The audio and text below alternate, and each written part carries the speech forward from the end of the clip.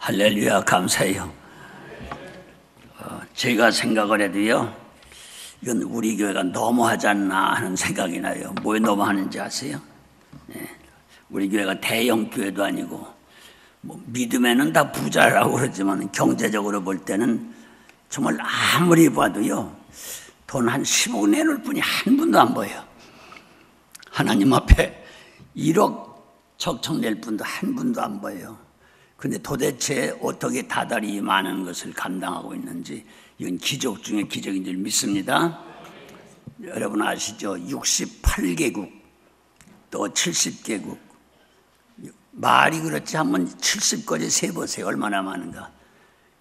그런 UN 총회에 가입되어 있는 전 세계 독립국이 196가국인가 그래요. 6개국인가.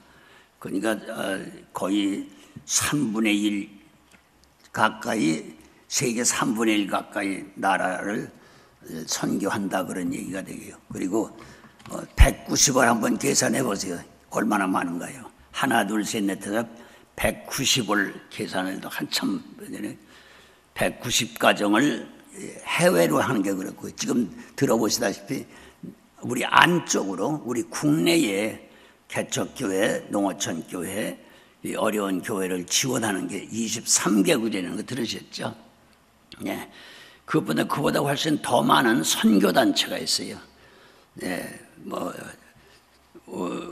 70년대에 우리가 시작한 북한 선교회, 그때서부터 북한 선교를 우리가 해왔는데 지금까지 하고 있죠.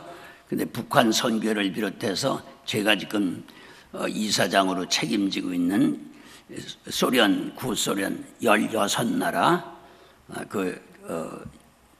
대단히 많죠. 이제 소련 선교회라고 하는데, 소련 선교회를 비롯해서 선교단체가 굉장히 많습니다. 네, 교회 말고 말이죠. 거기에도 또 그 이상 배나 되는 그런 것을 다달이 우리가 또 선교회로 지원하고 있거든요. 근데 어떻게 되는 건지 저도 몰라요. 네, 이건 하나님만 아시는 것이지. 어떤 때는요, 우리 담임 목사님이 괜히 가엾은 거 있죠. 저걸 어떻게 다 감당하나. 책임을 맡게 되면요, 그 책임이 얼마나 무겁습니까? 그렇잖아요. 네, 그것뿐이겠어요. 총에서 지경으로 경영하는 우리 선지학교의 총장님으로 또 이렇게 추대해서 그 학교를도 경영해야죠. 그 신학생들은 거의가 다 어려운 사람들이죠. 전부 도와줄 학생들이죠. 네. 그러니까 그런 이것저런 거 하면요, 숨이 탁탁 막힐 수밖에 없을 지경인데도 잘 감당하게 된 것은 여러분의 기도와 하나님의 기적인 줄 믿습니다. 네. 근데 다음 주서부터, 이제 며칠 후에 다음 주서부터는 무슨 달이죠? 가정의 달이에요. 가정의 달. 그래서 가정의 달에 대한 것을 며칠 가정의 달이 오기 전에 말씀을 상고해야 되겠다 해서 얘기하는 거고요. 그리고 선교라고 하는 개념이 옛날하고는 전혀 달라요. 많이 달라졌습니다. 네. 그전에는 사람들이 생각할 때 우리가 선교사들을 돕는다, 지원한다, 그렇게들 생각했지만요, 전 처음부터 생각이 최전방에 나가 있는, 전선에서 생명을 걸고 헌신하고 있는 그 선교사들이 우리 후방 교인들을 돕는 것이지, 후방 교인들이 그분을 돕는 게 아니라 그런 얘기예요. 만약에 최전방에 있는 군인들이 오늘 굶주리고 헐벗고 전쟁을 할 수 없이 쓰러져 있다, 국방을 할 수가 없다 해보십시오. 우리 예배 드릴 수 있어요, 없어요? 가정생활 할 수 있어요? 직장 사업 할 수 있어요? 학교 다닐 수 있어요, 아이들이? 네. 국방이 무너지면 다 무너지는 거거든요. 국가 자체가 존재가 없어지죠. 그래서 생명을 걸고 밤도 낮도 우리 잠잘 때, 예배할 때, 쉴 때, 놀 때 저렇게 전방을 경비하면서 생명을 걸고 언제나 터졌다면 이제 목숨을 내놓는 건데, 그런 일을 하는 것을 우리가 세금을 내서 군량미를 보낸다, 무기를 보낸다, 저들에게 음료수를 보낸다 그러는 게 돕는 것 같지만요, 후방 국민이 돕는 거요, 전방의 군인이 우리 국민을 돕는 거예요. 빨리.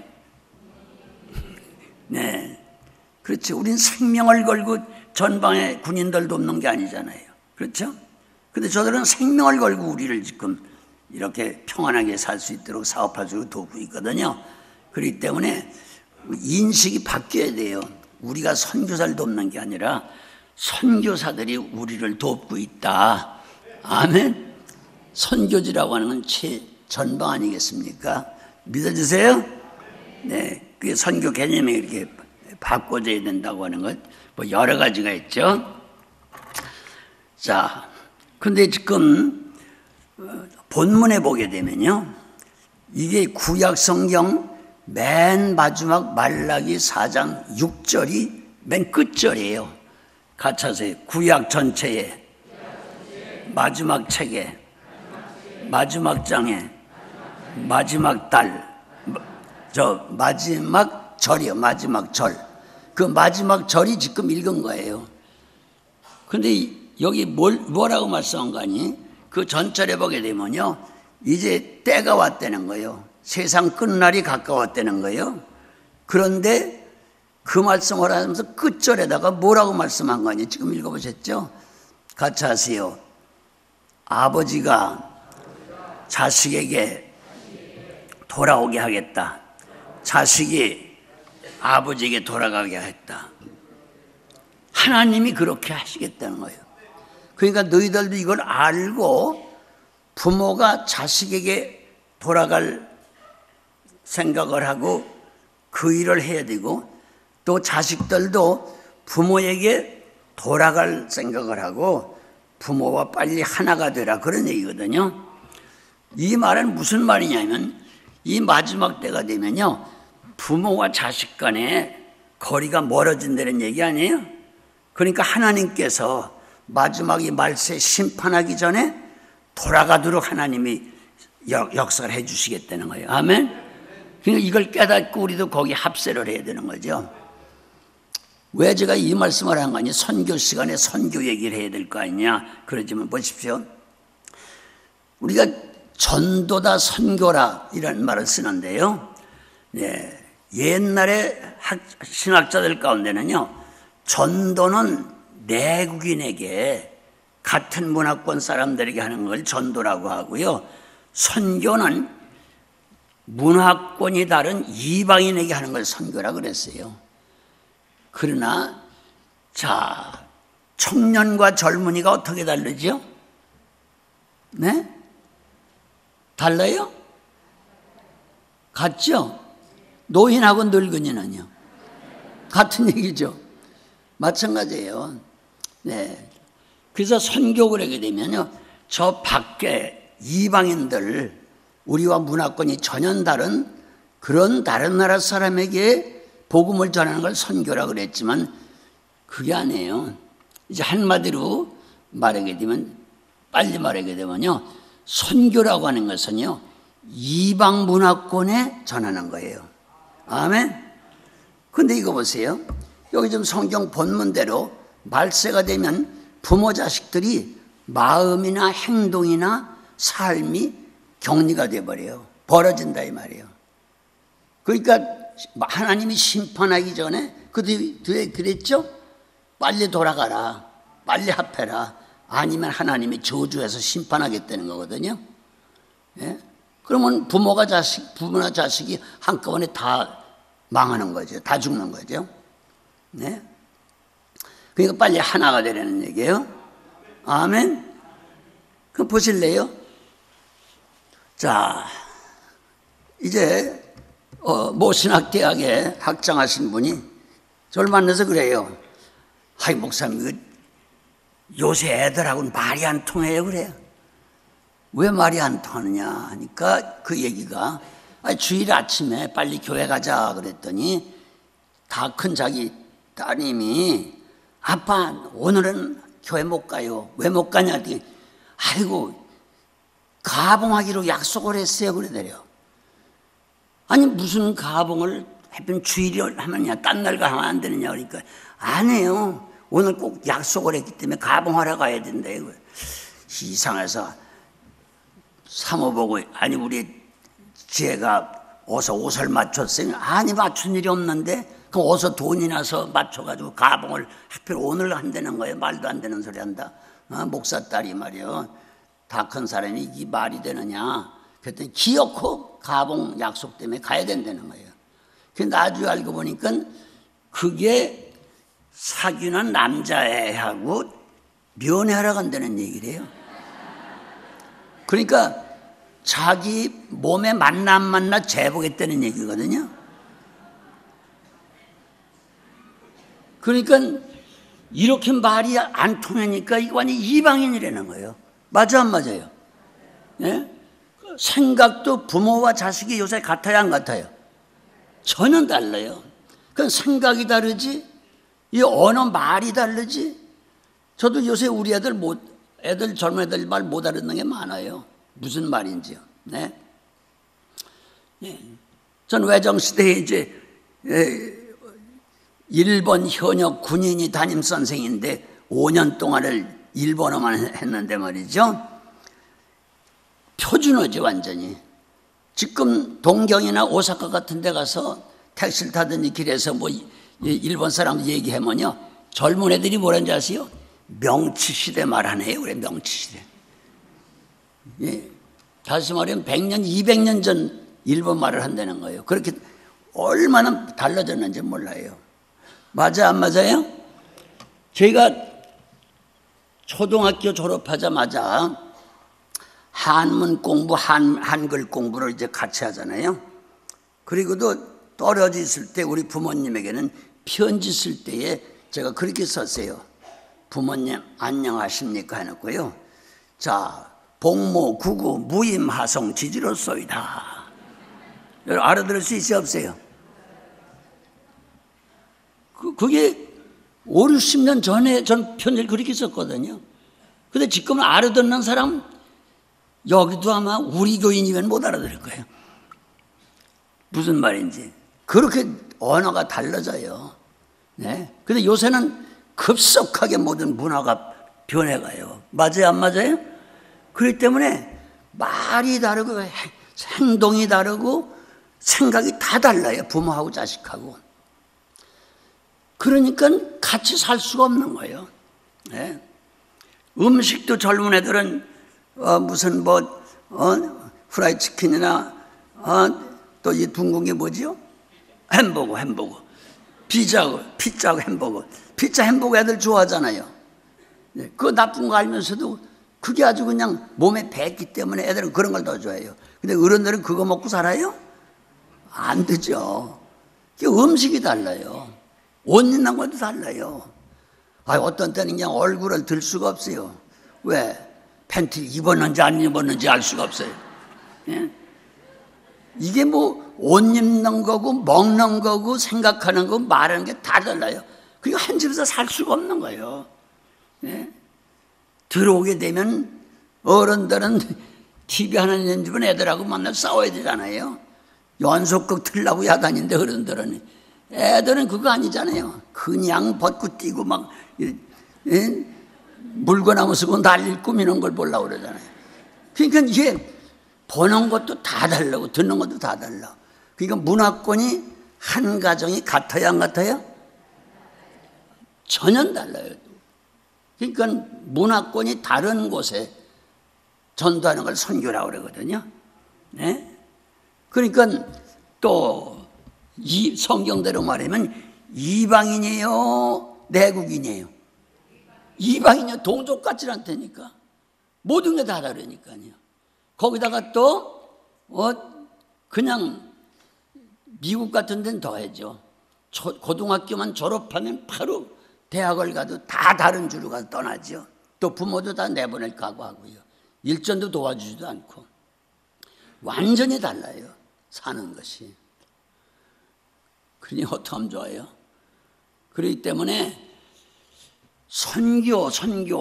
그래, 선교라고 하는 그 해석이 언어나 풍습, 이 문화가 전혀 다른 이방인들에게 복음을 전하는 것을 선교라 한다고 하면요, 어디서부터 선교를 해야 되겠어요? 빨리? 네. 부모는 자녀에게 하고요. 애들은 뭐라는지 아세요? 아이고, 엄마 아빠 말 못 알아듣겠어. 야, 옛날에 어쩌면 누가 옛날 얘기하랴? 지금은 지금이지? 그러면 대들어요.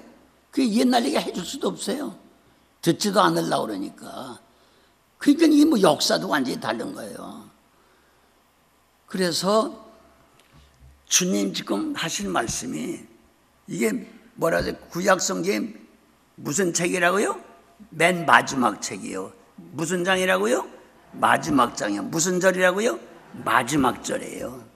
그러니까 이제는 하나님의 심판 때가 가까웠으니까 저주로 심판하기 전에 부모애가 자식에게로 돌아가고 자식이 부모에 돌아가게 하라. 그래서 하나님도 가족적으로 살리시기 위하여 하나님께서도 그렇게 하시겠다는 거예요. 같이 하세요. 부모가 자식에게 돌아가게 하겠다. 돌이키게 하겠다는 거예요. 또 자식은 부모에게, 부모는 자식에게. 그래서 한 가정이 되게 하겠다는 거예요. 이걸 무슨 말이라고, 뭡니까? 돌아가지 않고 헤어졌다고 하는 것을 뭐라고 그러죠? 가정 파탄이다. 그렇죠? 이산가족 됐다. 뭐 별말 다 쓰죠. 네. 그것을 먼저 해결해서 그래도 믿는다고 하는 부모, 믿는다고 하는 자식들이 있는 가족들이 모든 문화가 완전히 다르다고 하더라도 바로 합쳐서 서로 돌아가가지고 한 가족이 다 구원받기를 원하신다는 거거든요. 아멘? 그렇잖아요? 이렇게 흩어져 있다가 자식들은 자식들대로 저맷대로, 부모는 부모대로, 신앙도 보면 달라요. 주일 성수라고 하는 것이 요새 애들이 개념이 있어요? 전혀 없어요. 친구 따르면 친구 따라가 버리고요. 운동 시합한다 뭐 시험 보러 가면 그냥 가버리고요. 주일 성수라는 게 어디 있어요? 전 주일 지키다가 매 맞아 죽었다 산 사람이에요. 그렇게 우리 시대는 성수자를 신앙하게 되면 철저했는데 요새는 주일 성수 개념이 없잖아요. 근데 성경은 뭐라고 그랬어요? 구약엔 여러 곳에 써있죠. 안식일을 범하는 자는 전부 죽여라 그랬어요. 죽을 죄 짓는 거거든요. 그렇죠? 우리는 정말 죽는 줄 알았거든, 그 말씀 그대로. 근데 요새들은 안 그래요. 주일 성수, 생명 걸고 하는 애들이 요새 미치는데요. 거의 없잖아요, 여러분. 자, 그러게 되면 하나님 말씀대로, 자, 주일 성수 안 하면 죽여라 그랬다면 사형 집행당할 놈 아니에요? 애들이? 그러면 보십시오. 철없는 그것들 그냥 마지막 때 저주받게 멸망당하게 둬야 되겠느냐 이거예요. 아니죠? 네, 생각해 보세요. 그렇기 때문에 한 가족이 다 구원받기를 원하잖아요. 또 우리가 잘 아는 대로 사도행전 16장에 보게 되면 분명히 사도 바울의 입을 통해서 성령이 하신 말씀이 있어요. 그 자기를 잡아서 고문하고 가뒀던 그런 사람들에게 하나님이 기적에 나타나서 옥문이 열릴 때 도망간 줄 알고 막 그 간수들이 자살하려고 할 때 죽지 말아라, 죽지 말아라. 우리가 여기 있고 도망가지 않았다. 그러니까 간수들이 뭐라고 그랬어요? 그 광경을 다 봤거든요. 아이고, 어떻게 이 옥문들이 여러 개가 다 열리고 이랬으면 이게 하나님 기적이라고 해요. 아유, 우리는 어떻게 하면 좋죠? 어떻게 하면 좋죠? 그때 뭐라고 했어요? 같이 하세요. 네가 주 예수를 믿으라. 그리하면 너만이에요? 너와 내 집안이 구원받는다. 있습니까? 하나님의 소원은 한 가정에서 아이 하나라도, 할머니 하나라도 예수 믿게 되면요, 그 한 사람을 통해서 그 가정이 다 구원받기를 원하시는 게 하나님이에요. 믿습니까? 그렇기 때문에 엄마 아빠만 잘 믿으면 됐지. 뭐 저부터라도 목사, 뭐 장로, 권사, 집사, 자식 해도요. 정말로 문화권이 다르니까 말이 안 통하는 거예요. 말이 안 통해요.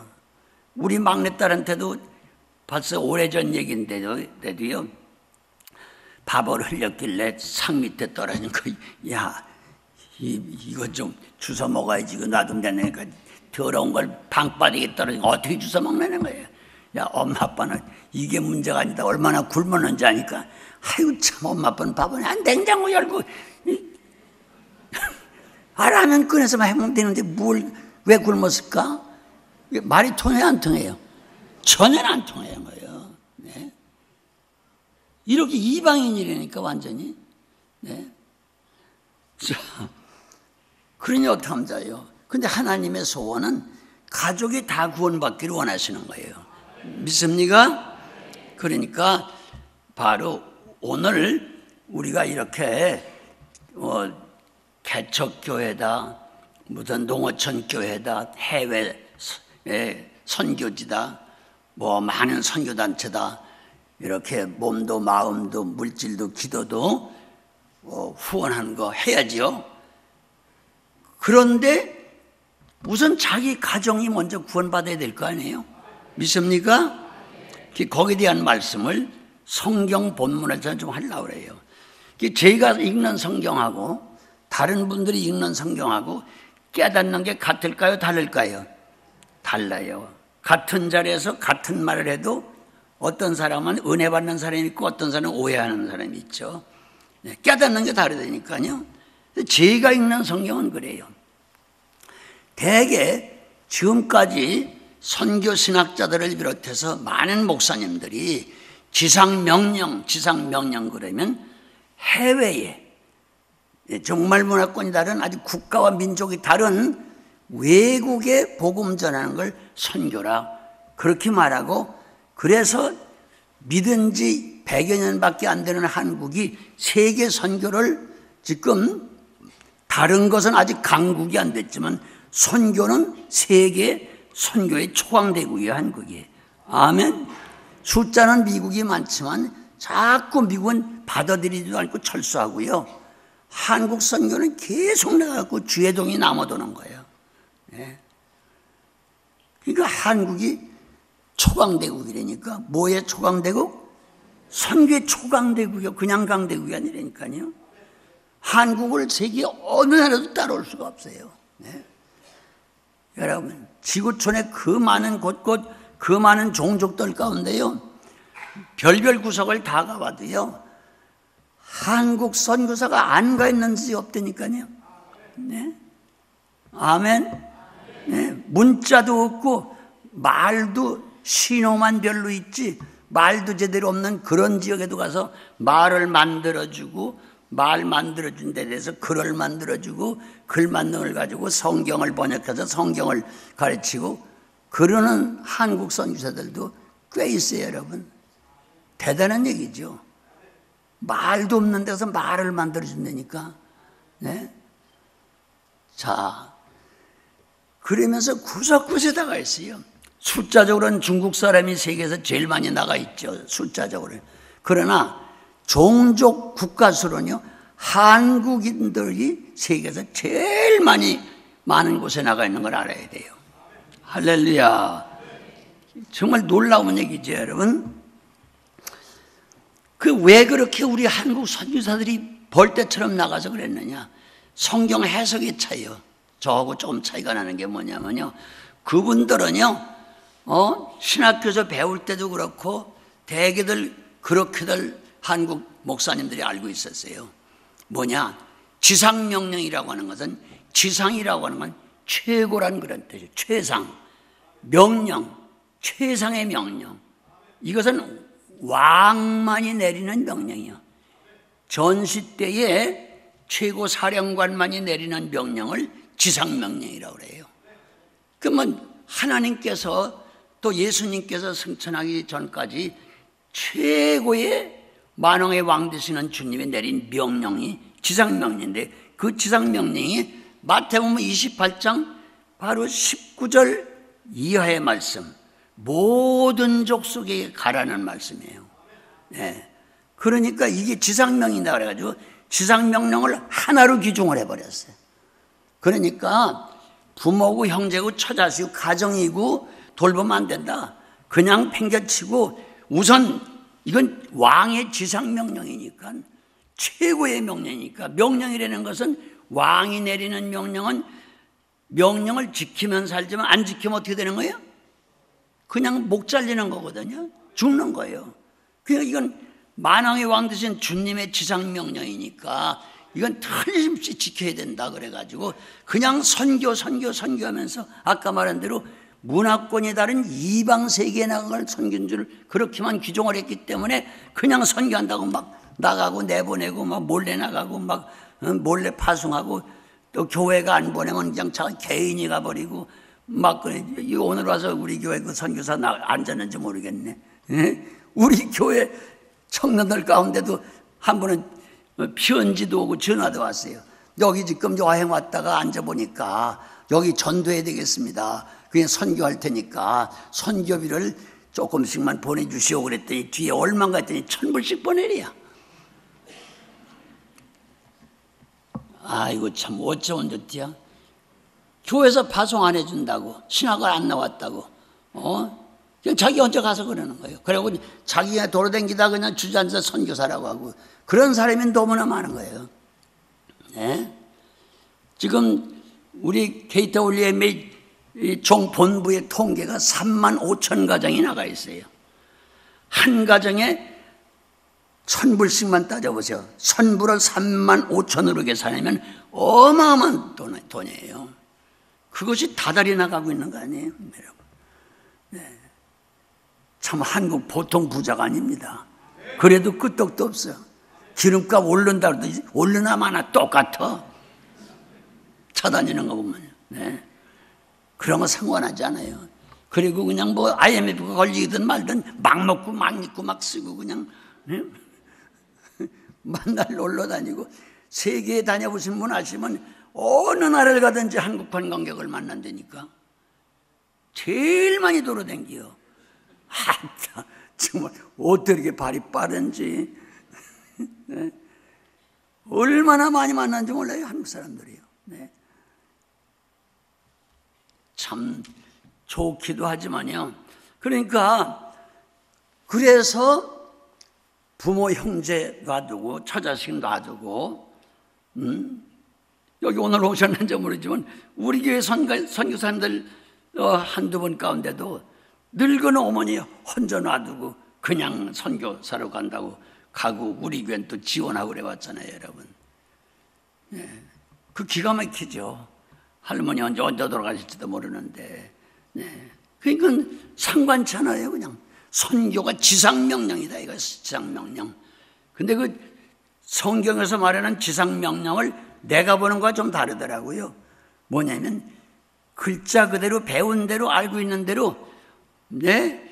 모든 족속 이방인에게 이방 문화권에 천하만민에게 나가서 복음 전파하는 걸 선교라고 알기 때문에 그래요.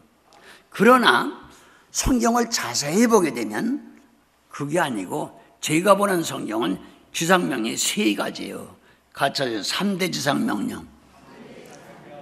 첫째가 이방인이 아니고요. 너요, 너. 같이 하세요. 내가 먼저 신자가 되라. 내가 먼저 하나님의 사람이 되라. 내가 먼저 성령을 받아라. 전부 그렇게 되어 있어요. 믿습니까? 네가 먼저 하나님 말씀으로 말씀의 종이 되라. 네가 먼저 전부 너예요. 믿습니까? 그리고 똑같은 성경 구절을 보는데 창세기 12장 3절에 보게 되면 한번 다 아는 거니까 한번 찾아보세요. 창세기 12장 3절.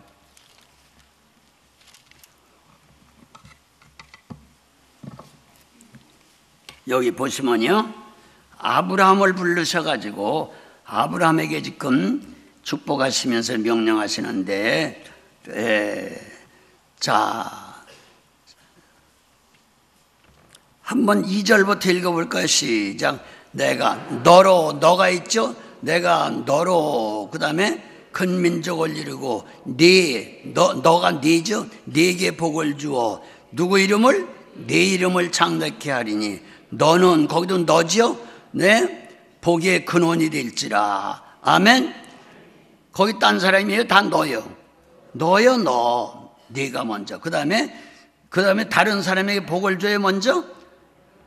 3절 읽어요. 시작. 너를 축복하는 자에게 내가 복을 내리고 너를 저주하는 자에게 내가 저주하리니 땅의 모든 족속이 너를 인하여 복을 얻을 것이니라 하시니라. 아멘.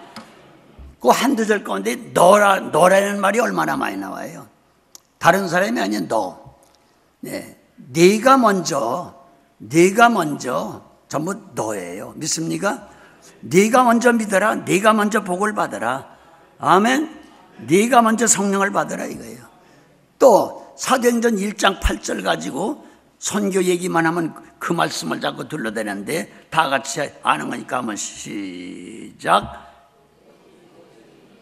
성령이 임하시면 권능을 받고 예루살렘, 유다, 사마리아 땅끝까지 증인이 되라. 아멘. 그럼 거기 성령을 받고 한 게 딴 사람을 받게 하려는 거야? 네가 받으려는 거예요? 네가 먼저 받으려는 거예요. 네가 먼저 성령을 받고 네가 먼저 성령의 사람이 되고 네가 먼저 권능을 받고 그 다음에 네가 받았으면 예루살렘, 그 말은 바로 교회를 말하는 거 아니에요? 네? 교회가 은혜를 먼저 받고 아멘. 은혜 받았으니까 교회도 상관없다, 부모 형제도 상관없다 그러고 그냥 땅끝까지 가려는 게 아니거든요. 네가 먼저 받고 그 말이에요. 저는 받지 않는데 남에게 성령 받게 하겠다고? 저희가 복음화가 안 됐는데 자기가 복음화가 안 됐는데 남 복음화 시킨다고? 안 되잖아요. 전부 너예요, 너. 믿습니까? 그러니까 지상명령의 첫째가 뭐냐면 네가 믿으려는 거예요. 넌 믿지 말고 네 가정이 구원받게 하래요? 네? 네가 먼저 믿어라. 그리하면 너로 인해서 네 가정이 구원받길 바란다는 거예요. 믿습니까? 전부 너예요, 너. 복도 네가 받아야지. 넌 복 받지 못하고 남에게 복 받으라고 소리 지르고 다녀요? 안 되잖아요. 여기 전부 그랬잖아요. 아브라함에게 네가 복을 받아라. 너에게 복을 주겠다. 전부 개인이에요. 믿습니까? 그래서 이걸 빠추는 거예요. 똑같은 눈인데 왜 이렇게들 잘못 보는지 모르겠어요.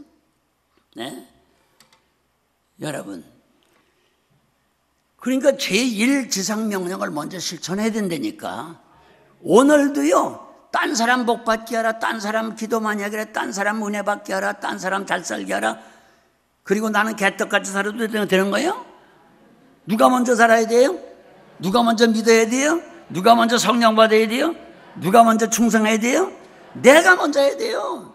그게 제1지상명령이라니까. 믿습니까? 그 말씀도 누가 많이 봐야 돼요? 누가 많이 들어야 돼요? 그 말씀을 마음에 간직하려는데 남에게 간직시키려는 거예요? 네가 먼저 마음속에 말씀을 간직하고 새기려는 거예요. 제 마음에는 말씀을 안 새기고 남에게 새겨주려는 거 아니잖아요, 여러분. 그냥 지상명령을 다시 봐야 된다니까. 네? 믿습니까? 그리고 가정도 내 가정은 그냥 엉망진창이 되고 가정이 다 요새 해체되는 판인데, 아까 그랬잖아요. 가족들 부모 자식이 다 벌써 생각과 정신과 옷 입는 거 먹는 거 다 해체가 됐는데 언어 문자까지. 예? 보십시오. 완전 이방인 아닙니까? 예. 그렇기 때문에 내가 먼저 바로 되고 그 다음에 내 가정이 바로 될 줄 믿습니다. 아멘. 그럼 부부는 한 몸이니까 얘기할 거 없고, 성경에는 여기도 봐도 부모의 마음이 자식에게 돌아가게 하고 자식의 마음이 부모에게 돌아가게 한다. 아멘. 그러니까 부모 자식 관계예요. 여러분 마태복음 22장 우리가 37절로 40절까지 기록되어 있는 그 말씀을 봐도요. 자, 첫째 계명과 둘째 계명이 있는데 하나님에 대한 첫째 계명은 뭐예요? 네. 자, 보십시오. 마음과 뜻과 목숨을 다해서 누굴 섬기고? 하나님을 섬기고. 이것이 크고 첫째 되는 계명이요. 몇째 되는 계명이요? 그러니까 하나님 사랑하고 충성하라는 게 첫 계명이요. 둘째는 내 이웃을 내 몸과 같이 사랑하라 하셨으니 이것이 바로 인간 세계에서 첫째 계명이라. 그럼 물어봅시다. 그러면 이것도 말이죠. 자꾸 해석들을 잘못하는 게 많은데 내 이웃을 내 몸처럼 사랑했다고 해서 우리 옆에 집 김씨네 박씨네 집이 아파트 윗집 밑에 집 그런 걸 자꾸 생각하고 넓게 하는 사람은 이건 외국 사람을 말하는 거다. 우리 대한민국의 이웃은 중국이고 또 일본이고 러시아고 그러니까 또 자유주의 국가로는 미국도 우리 이웃이나 마찬가지니까 그런 나라를 사랑하고 복음 전하라는 거다. 이렇게 자꾸 광의적으로 해석을 하는데 전 그렇게 안 봐요. 솔직히 말해 봅시다. 아무리 사랑이 많고 은혜가 많고 성령 충만한 사람도 내 마음과 똑같이 내 이웃을 사랑해야 된다고 그랬으니 그런 사람이 우리 교인 가운데 몇이나 될 것 같아요? 얘기해 보세요. 모르긴 모르지만 우리 임 목사님도 어려울걸? 내 마음과 똑같이 사랑할 수 있는 이웃이 누구예요, 여러분? 그건 바로 자식과 부모 관계밖에 없어요. 믿습니까? 어떻게 생각하세요? 그게 첫째 되는 계명이라고 그랬거든요. 인간 계명의 첫 계명이요. 그래서 에베소 6장 1절 이하에 바로 부모를 순종하라, 효도하라. 이것이 몇째 되는 계명이라고요? 첫 계명이라고 그랬어요. 거기도 인간 계명 가운데 첫 계명이 부모 자식의 관계를 말한다니까. 믿습니까? 부모 자식 간에는요 이유 없이 누구 몸처럼 사랑해요. 내 몸처럼 사랑해. 믿습니까? 자식이 좀 부족해도 어느 부모가 남처럼 여겨요. 그러니까 잘 생각하라니까요. 성경을 내 몸과 똑같이 사랑하는 자가 누구냔 말이에요. 그게 이웃이라고 했는데 그 이웃이 동네 사람이요? 미안한 얘기면 내 아파트 앞사람 방에도 못 들어가 봤어요. 아직 우층도 누가 사는지 몰라요. 밑에 등 누구 사는지 모르고. 네? 소곤소곤한 소리거리 들리는데도 모른다니까요. 누가 사는지. 성도 모르고 얼굴도 모르고요. 그런데 어떻게 그럼 가장 가까운 이웃은 아파트 위층 아래층 옆방 아니에요.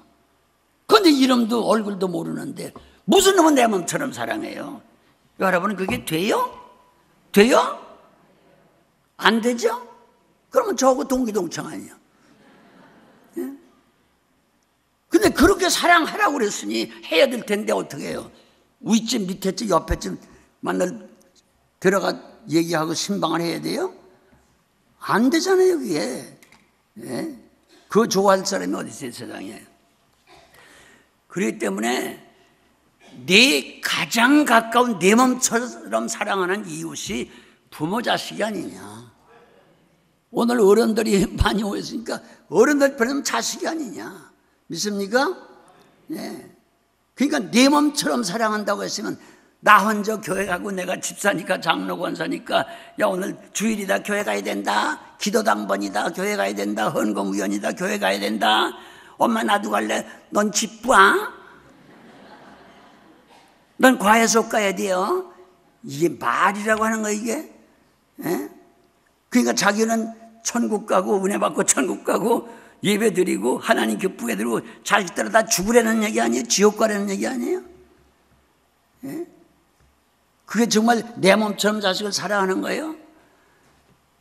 제가 이제 미국을 비롯해서 많은 외국에 가게 되면 한국 교포교회를 많이 가보잖아요?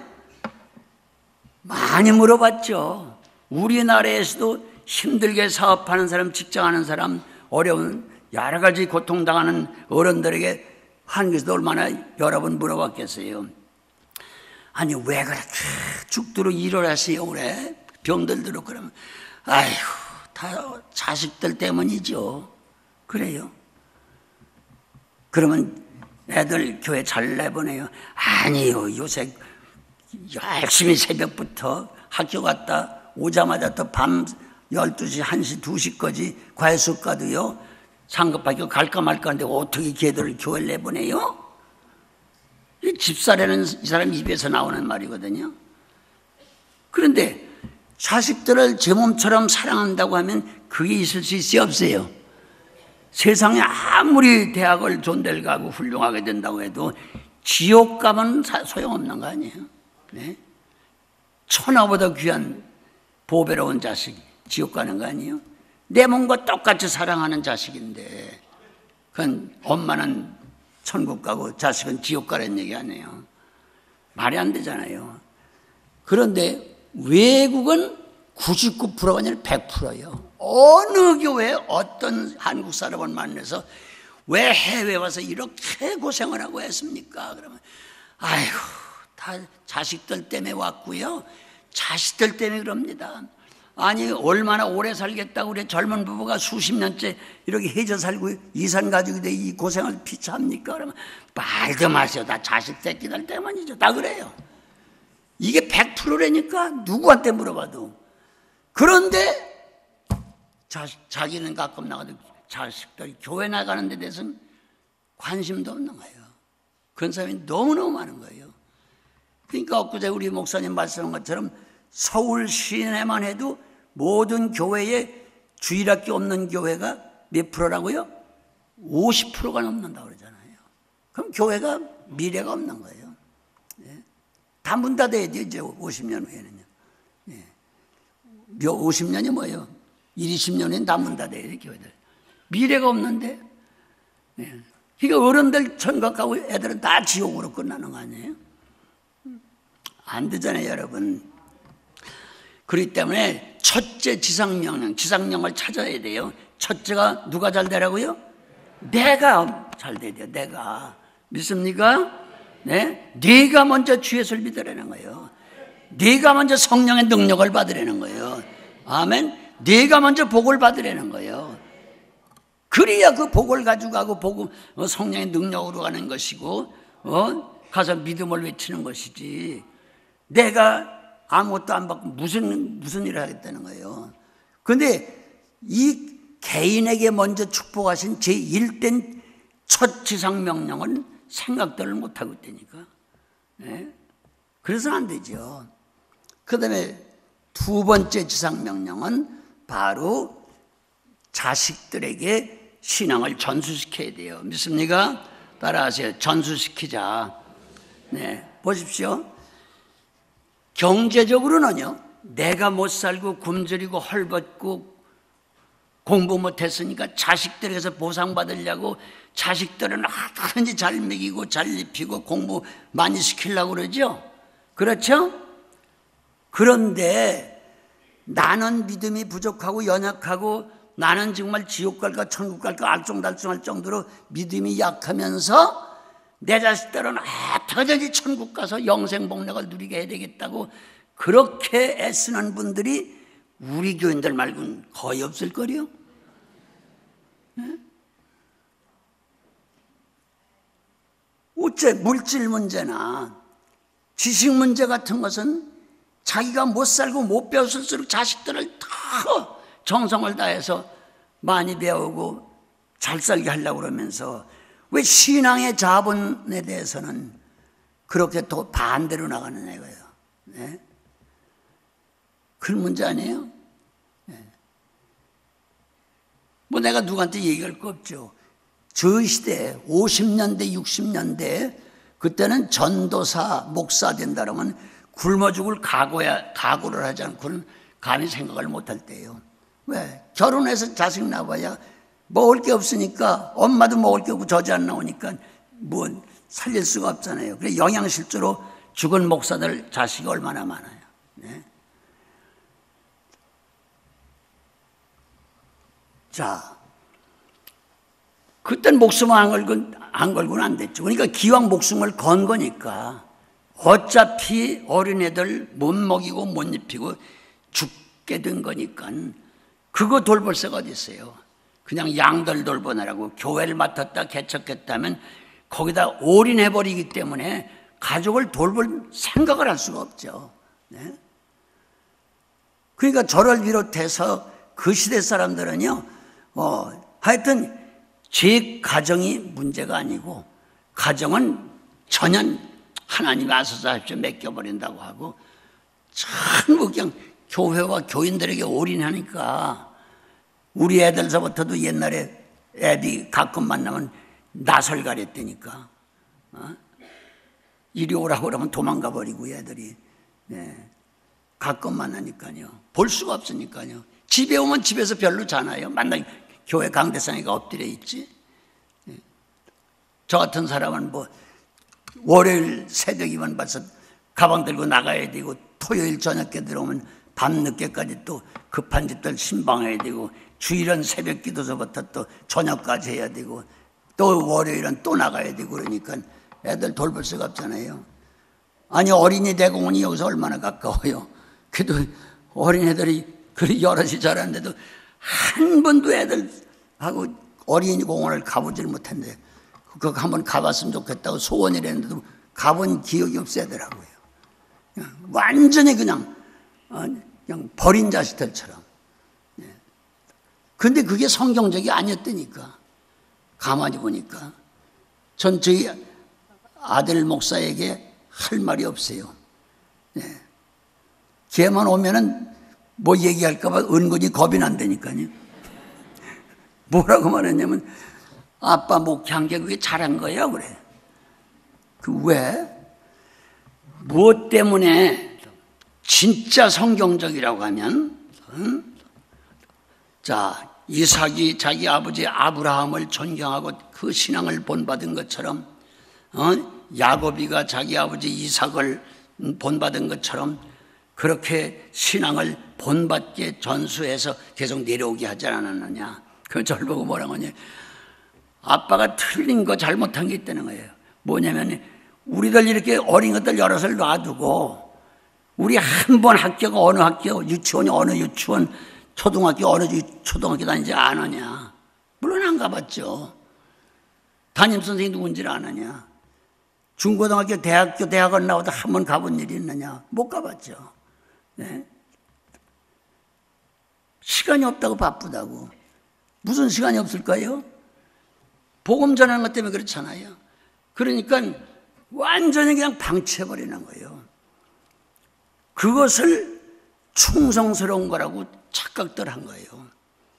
그런데 성경을 가만히 보면요. 아니에요. 이건 완전히 잘못이에요. 한번 그래요. 왜 우리들이 자랄 때 목사나 선교사 자식들이 나도 우리 하나님 은혜 받고 축복 받고 주의 종 된 거 보니까 우리 아버지 본받아서 목사가 되겠다. 전도사가 되겠다. 선교사가 되겠다. 자식들에게 그런 마음을 심어주질 않고 야, 이 다음에 커서 목사 되려면 지겹다고 그러면서 죽어도 목사 안 된다고 그러고 야, 이 다음에 커서 목사한테 시집가라면 죽어도 안 간다고 그러고 왜 자식들을 전부 그렇게 그냥 목숨을 걸고 주의 종 안 된다고 그러고 시집 안 간다고 그러느냐. 왜 그렇게 만들어낸 거야. 엄마 아빠들 볼 때 나도 커서 엄마처럼 목사 사모 되겠어요. 전사 되겠어요. 나도 선교사 되겠어요.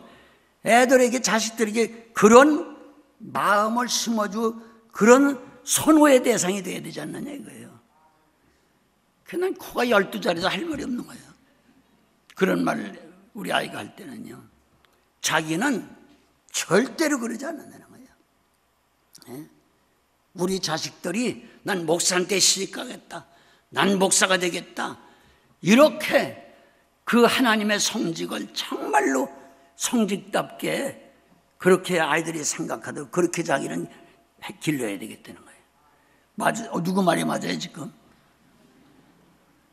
애비 말이 맞아요? 자식 말이 맞아요?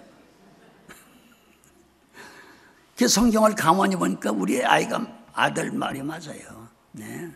걔들은 뭐 죽어도 목사 안 되겠다. 죽어도 목사한테 시집 안 가겠다. 다 그러거든요. 얼마나 지긋지긋하게 보였으면 그러겠어요. 주의 종 되는 것이.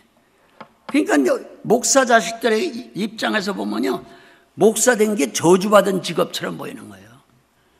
축복받은 직업이 아니라. 내가 뭐 누구 얘기를 하겠어요? 제 자신부터 그렇게 해왔으니까요. 그러나 그것이 완전히 잘못된 거예요. 성경을 가만히 보니까 바로 제2 지상명령이 자식들에게 신앙을 전수시키려는 거예요. 할렐루야. 아멘.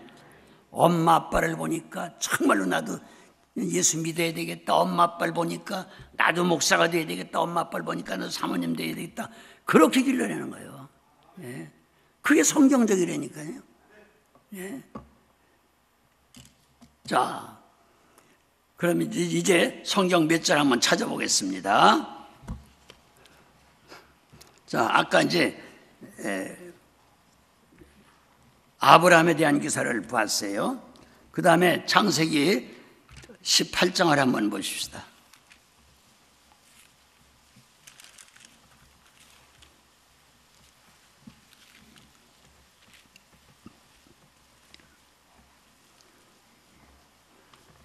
찾았으면요, 18절 19절 한번 읽어요. 18절 시작. 아브라함은 강대한 나라가 되고 천하 만민은 그를 인하여 복을 받게 될 것이니라. 이건 아브라함 개인에 대한 제1지상 명령을 실천시키려는 거예요. 그 다음에 19절에 시작. 내가 그로 그 자식과 누구에게? 자식과 권속에게 명하여 여호와의 도를 지켜 의와 공도를 행하게 하려 하고 그를 택하였나니 이는 나 여호와가 아브라함에게 대하여 말한 일을 이루려 함이니라. 아브라함에게 모든 족속을 구원하는 복을 나눠주는 복의 근원이 되게 하겠다는 걸 이루기 위해서 내 자식 이삭에게 복을 줄 테니까 이삭에게 바로 이 신앙과 축복을 전수시키려는 거예요. 아멘? 그렇잖아요.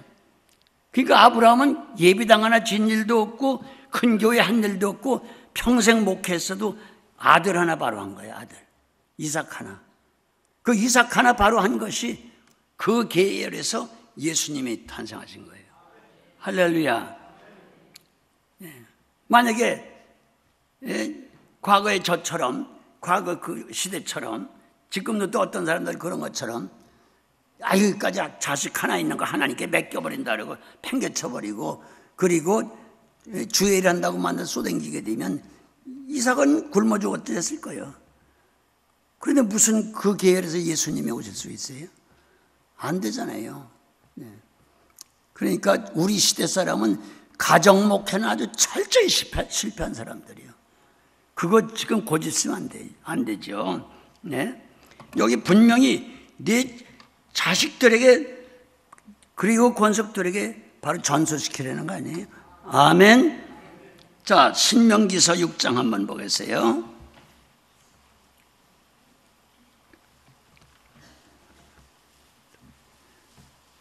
첫째 5절 6절 두 절을 먼저 봐요. 시작.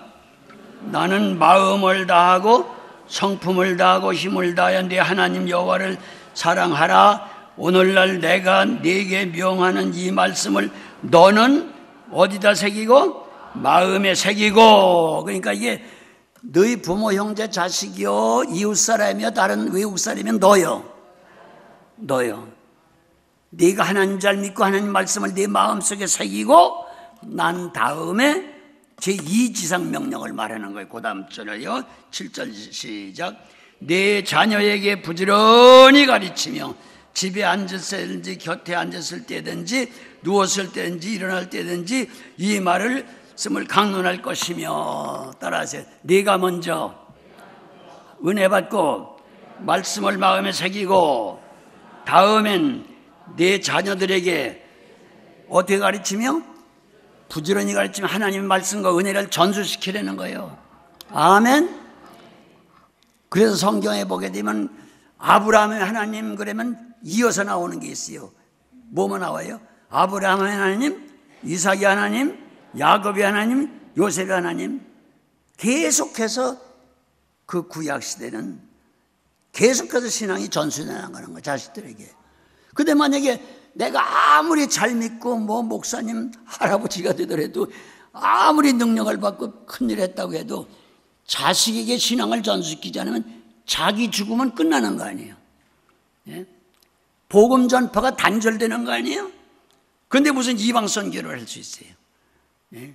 자기 가정에서 신앙이 전수되지 않는데 무슨 이방에 어떻게 복음을 전하는 선교사가 되느냐 말이에요. 안 되잖아요.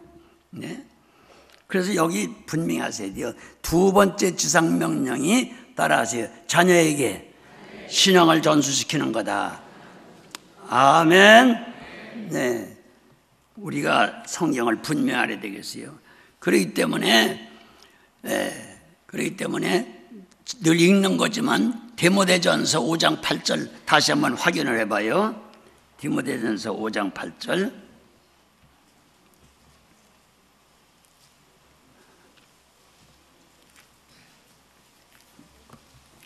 저는 이 말씀을 읽을 때마다 가책이 되어가지고요. 8절, 5장 8절 시작. 누구든지 자기 친척, 특히 자기 가족을 돌아보지 아니하면 믿음을 배반한 자요 불신자보다도 더 악한 자니라. 믿음을 배반하고 불신자보다도 더 악하다면 천국 가요 못 가요? 뭐 하면 그렇다는 거예요?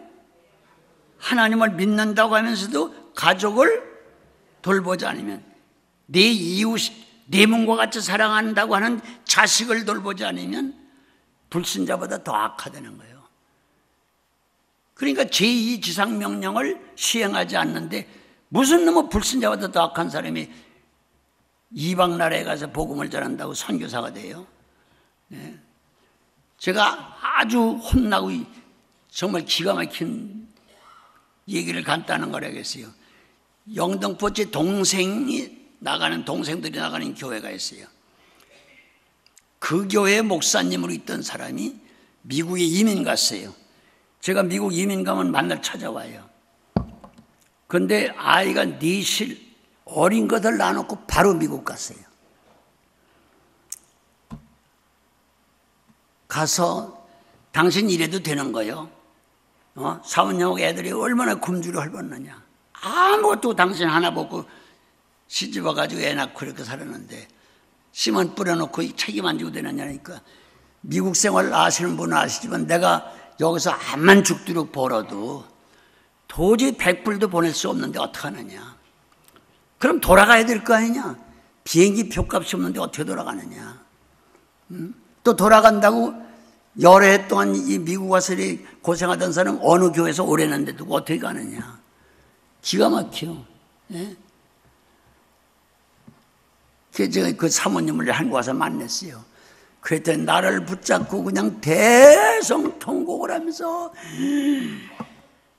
목사 사모된 거 저주스럽다고 울며 불며 통곡을 하면서요. 날 놓지 않고 얼마나 발버둥을 치는지요. 뭐라는지 아세요? 아, 그놈이 목사냐. 그 정도가 아니요. 저주받을 놈. 응? 지가 미국을 가면 나를 데려가든지, 내가 싫으면 자식들을 데려가든지, 아니면 돈을 보내든지. 난 굶어 죽더라도 좋으니까 지가 뿌려놓은 자식들 학비를 보내고 밥값을 보내든지. 돈 한 푼 안 주고 어떻게 하느냐. 아, 너무 불쌍하고 비참해서 어떻게 할 수가 없더라고요. 그렇다고 해서 제가 무슨 목사님 처자식을 어떻게 도와줄 수도 없고요. 너무 안타까운 거예요. 근데 미국도 이제 가면 또 만나요. 그 얘기를 했더니 어떻게 안 좋습니까? 그래서 한국으로 비행기표를 마련해 돌아가려고 했는데 10여 년 이렇게 있다 보니까 이빨이가 다 고장나가지고 치과에 갔더니 얼마나 값이 비싼지 다 갚아도 예상으로 또 해야 되고 몇 년 안에는 못 가겠습니다 그러더니 30여 년을. 그 애들은 그냥 다 자라서 애들이 늙는 거예요. 여기서 있다가 결국은 거기서 병들어 죽었어요. 예. 이게 말이라고 해요 여러분. 예. 같이 하세요. 죽어도 자식하고 같이 죽고 같이 살자 그래야 돼요. 네? 이제 여기 도망가려고 그런 남자들 안 도망가 있지?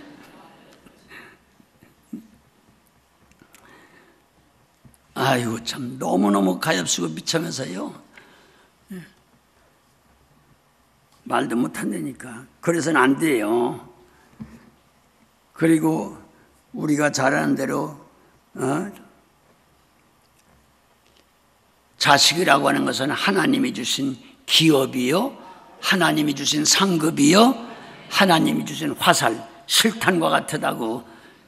그리고 자식이 사람에게 있어서 가장 큰 보배요, 가장 큰 자본, 재산인데, 하나님이 주신 재산인데 그걸 모르고 돌보지 않고 그런데 이게 얼마나 잘못이에요. 그런데 그게 잘 믿는다고 하는 목사들에게 우리 시대는 너무나 많았다니까요. 네. 내가 누구를 탓하겠습니까? 참 기가 막히죠. 네. 그리고 이 요한일서 4장엔 뭐라고 그랬어요? 3장하고 눈에 보이는 부모 형제 사랑하지 못하면 보이지 않는 하나님 사랑한다는 건 다 거짓말이라는 거예요. 네. 또 아무리 하나님을 위해서 일한다 해도요, 자기에게 맡긴 그 자식들을 돌보지 않으면요, 이건 아주 악한 자라는 거예요. 네.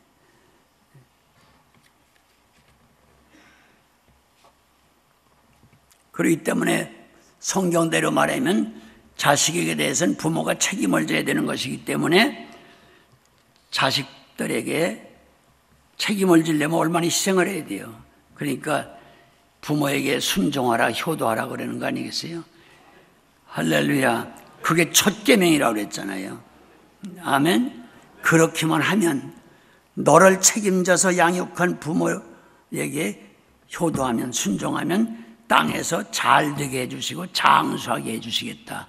아멘. 자식들이 복받는 길이죠. 그래서 어떤 경우가 있어도 다음 달이 가정의 달이니까 가정의 달은 같이 하세요. 우리 가정을 성경대로 회복하자. 아멘. 네, 회복해야 돼요. 지금 가정들이 한 집에 살아도 거의 해체되어 있어요. 아까 말한 대로 재뿔뿔이 해체가 되어 있어요. 네, 신앙마저 가정 예배도 거의 없어졌잖아요. 왜? 맨날 가스팔송만 부르니까 애들하고 어른하고 찬송이 다 달라버려. 찬송가 가져가 봐야 어른 찬송 해본 일이 없는데 애들이 해요. 찬송을 못 부르니 가정 예배가 될 수가 없죠. 시간이 다 다르고 제 방에 들어가 문 닫고 걸어 잠그고 안 되죠. 그러니까 그냥 애들은 그냥 방치되는 상태예요. 같이 살아도. 그런데 만약에 직장이다, 학교다, 외국이다 떨어져 산다고 하면 그거 완전히 잃어버리는 거죠. 네. 붙들어 매놓고 신앙생활을 같이 하려고 해도 힘든데 방치해가지고 신앙생활이 제대로 되겠습니까, 여러분? 네. 우리는 정말 성경을 바로 봐야 될 줄 믿습니다. 아멘.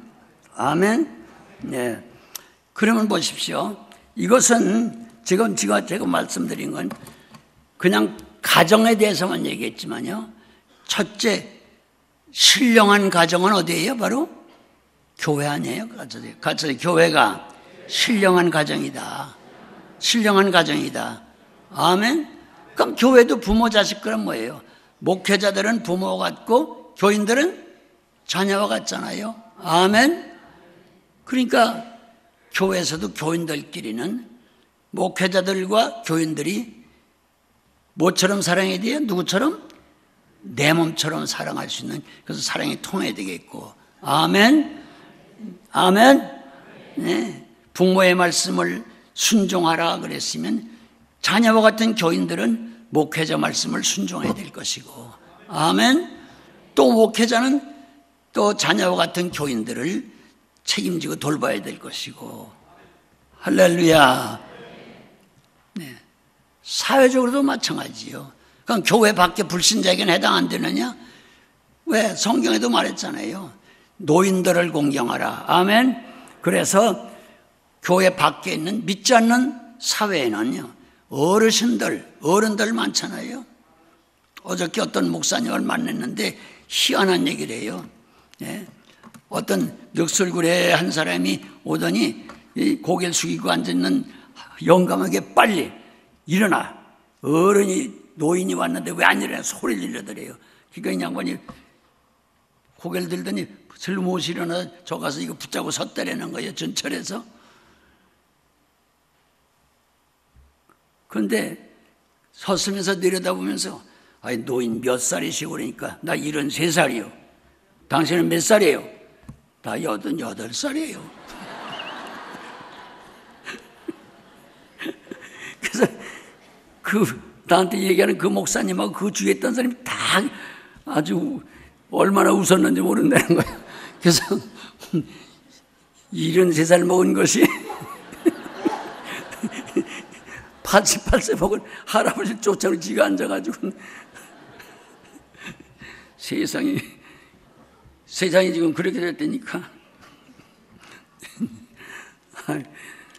여러분, 그래서 이제 다른 건 뭐 말씀드릴 거 없어요. 지상명령 그러면 해외로 나가는 거, 외국 가는 거, 선교사로 가는 것, 복음 전하는 거, 그것만인 줄 아는 거예요. 천하만민에게, 모든 족속에, 이방인에게. 아니에요. 제일 지상명령은 첫째 나예요. 아멘. 네가 잘 믿고 네가 은혜 받고 성령 받고 네가 잘 되는 거예요. 두 번째는 네 가정의 자식들에게 전수시키는 거예요. 만약에 이삭에게 신앙이 전수 안 되고 야곱에게 안 되고 그랬다고 하면 그 계열에서 예수님이 오실 수 있어요, 여러분? 네. 말로만 자식들 위해서 산다, 일한다, 자식들 위해서 이민 왔다, 말로는 그러는데 정말 자식들을 영원토록 위하는 게 뭐겠어요? 하나님 복을 받게 될 거 아니겠어요? 아멘. 그래서 오늘 미리 제가 이 말씀을 드리는 것은 가정의 달을 앞두고 우리가 신앙으로 제1계명 잃어버렸던 2계명 그것을 다 순종해서 가정이 회복되고 제3번째 끝의 계명인 땅끝까지 가는 것을 실천하자 그 얘기예요. 아멘. 해외 선교를 하지 말란 말이 아니고, 그래서 오늘 이 말씀을 기억하면서 찬송 한 장 부르고 우리 기도하겠습니다.